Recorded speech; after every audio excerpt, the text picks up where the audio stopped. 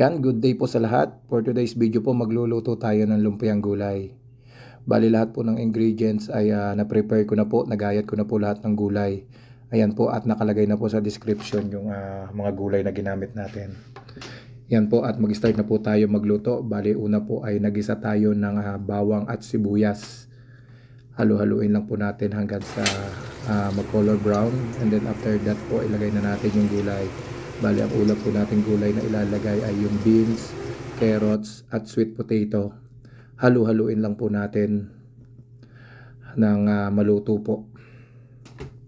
Bali ang lumpia po yan ay yung lumpiang ipiniprito, hindi po yung lumpiang sariwa. Dahil wala po tayong wrapper, mahirap pong gumawa.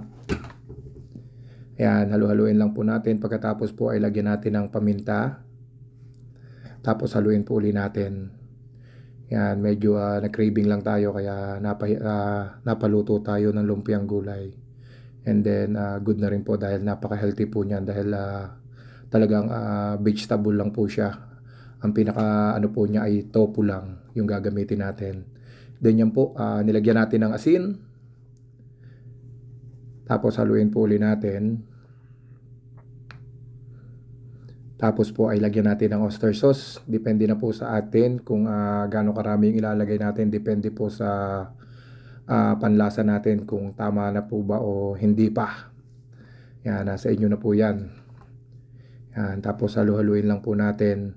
Then add lang po tayo ng kaunting tubig lang po. Hindi po marami dahil nagtutubig po yan. Lalong-lalo na po yung beans at carrot. Yan po ay nagtutubig talaga. Then yan po, sunod po natin ay yung ating repolyo o yung cabbage. Yan na po yung pinakahuling gulay. Bali kung meron po kayong tawag dito singkamas or toge, pwede nyo po siyang lahukan. Kung gusto nyo naman po ng may karne, pwede po kayo maglahok ng giniling na karne.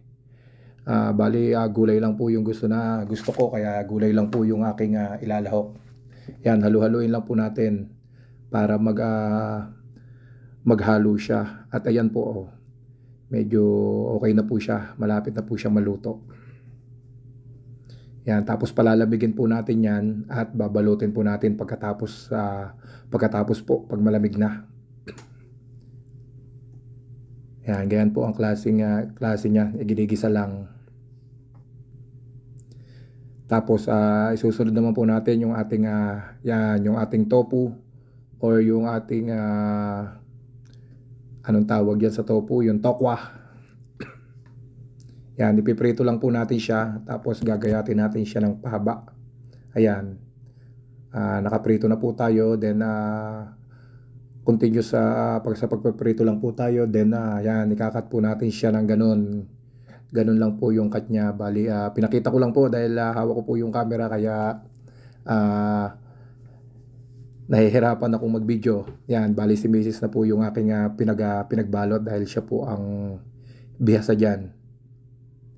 Habang ako naman po ang nagbabantay kay Tutoy. Ayan, at ang aking pong anak na babae ay talagang nakikikuting-ting at hindi na makatiis at talagang kinakain na yun. At masarap daw. Yan, ganun lang po. Panoorin nyo lang po yung pagbabalot. Yan, bali lumpia wrapper po yung ginamit namin. Yan, iro-roll nyo lang po siya. Bali ang gagamitin nyo lang pong pandikit ay tubig. Yun lang po yung gagamitin nyo. Yan, pinakipapakita ko lang po sa inyo kung paano yung pagbabalot. Yan, tapos yun po, aanahan nyo siya ng tubig.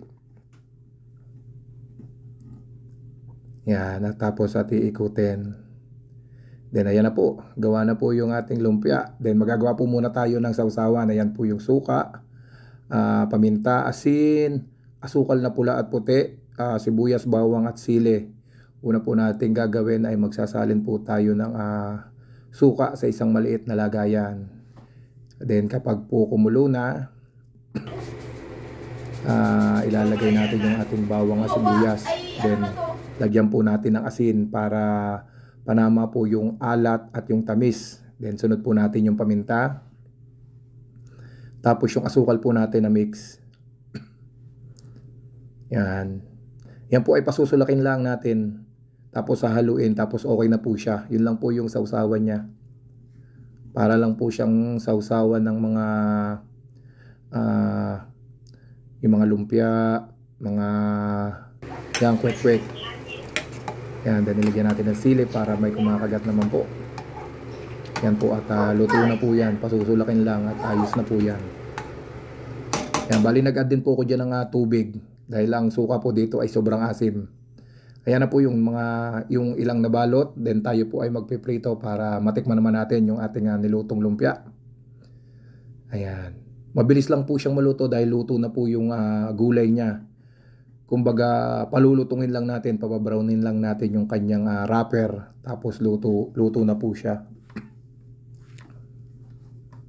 Yan, ganun na po kasimple. Ayan po. Then mamaya samahan nyo ako at titikman natin ang ating lumpia. Yan po, at hahanguin na natin at luto na. Ganyan po siya, malutong po siya. Napakasimple lang pong gawin. Talagang tiyaga-tiyaga lang sa paggagayat, pero napakasarap naman po at napaka-healthy naman po niyan. At talagang masarap po siyang merienda at pang-ulam na rin. Makakatipid pa po kayo. Yan, tara, samahan nyo po akong tikman ang ating lumpia. Ayan, at yan po yung ating sausawang ginawa. Then, yan po yung lumpia. Tikman natin kung gaano nga ba kasarap. Yan, budbud lang natin sa suka. Bali yung sausawan ko ng suka ko lang po gumamit nun. Marami naman po akong ginawa. Yun. At talaga namang sarap na sarap. Masarap daw. Talaga namang pagpaborito mo talaga yung pagkain, talaga mapapakain ka ng masarap. Yun, hanggang dito na lamang po at salamat sa panonood. Pasensya na po kayo at medyo paus pa po tayo dahil tayo ay may sakit pa po. Pinilit ko lamang pong mag-video for today. Yan, sana po ay may natutunan kayo sa ating niluto ngayon. Maraming salamat po sa panonood. Hanggang sa muli po. Bye-bye!